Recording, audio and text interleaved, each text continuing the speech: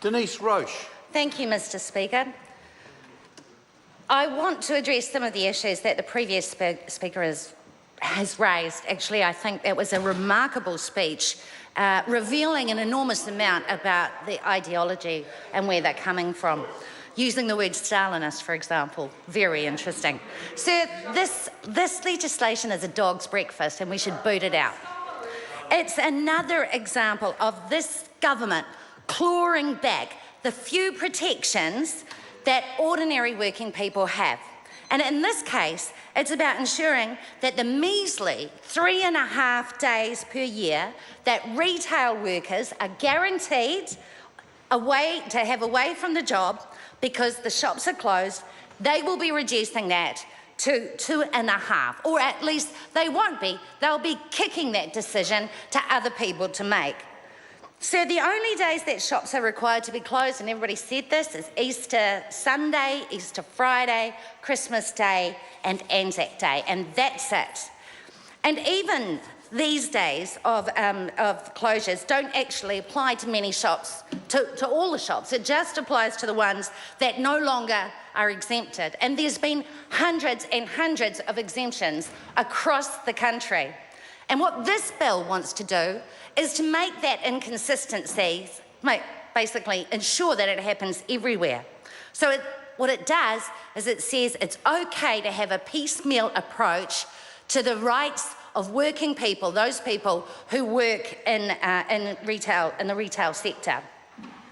What it does is it gives territorial authorities, local councils, the ability to decide whether shops can be open or not after they've consulted their communities. And what I think that is, I think it's a hospital pass. Because this government says it's all about choice. And in fact, the minister, because I wrote it down, I quote him, he said, it puts choice in the hands of communities. But actually, what it does is it pushes extra costs onto those communities.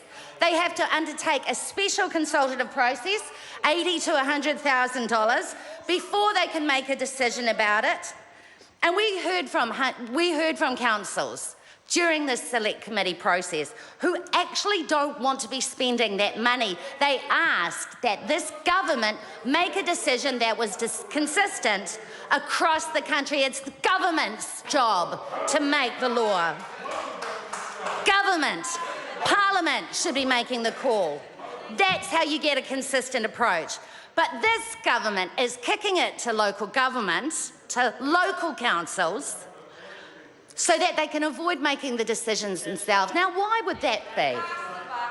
Why would they be passing the buck like that? Oh, maybe it's got something to do with the fact that the last 10 times bills like this have come to the House, members from that House have voted against it. This way, with this legislation, they can vote for it and then they don't have to make the decision about whether shops are open. On Easter Sunday, they can keep their hands clean and they can let a council make that decision. That is a poor performance from this government. Contracting out the decision-making, that's what they're doing. Sir, in this country, we have very few breaks from consumerism. 3.5 days is what we've got at the moment. 3.5 days also when people who work in those shops are guaranteed family time. And I've seen research, it was submitted during the select committee process, which was from UNICEF, which shows that in New Zealand, we have one of the lowest rates of family time in the world. The minister and the members on that side are completely divorced from the reality of ordinary working people's lives. Because this is what happens. The protections, and I put that in quotation marks, the protections that they are offering for retail workers who decline to work on Easter Sunday, and that's what it says in this legislation, that they can decline to work. Those protections mean nothing to ordinary working New Zealanders, because what happens in the retail environment is that you have a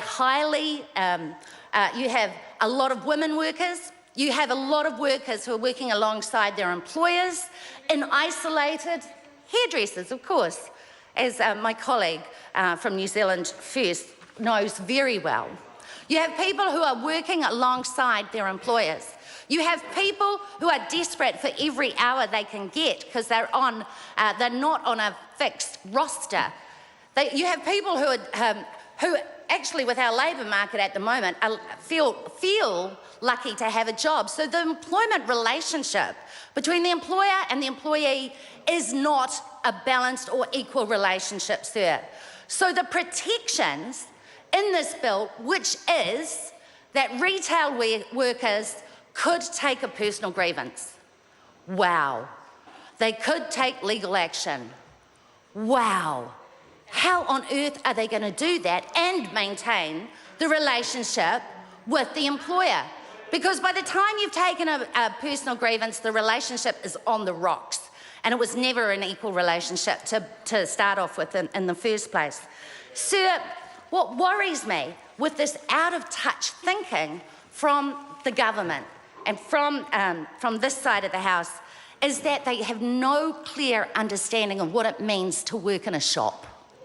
They have no understanding of what it means to be desperately, to be working every hour you can to make that money, and they have no idea what it means to try to say no to your boss.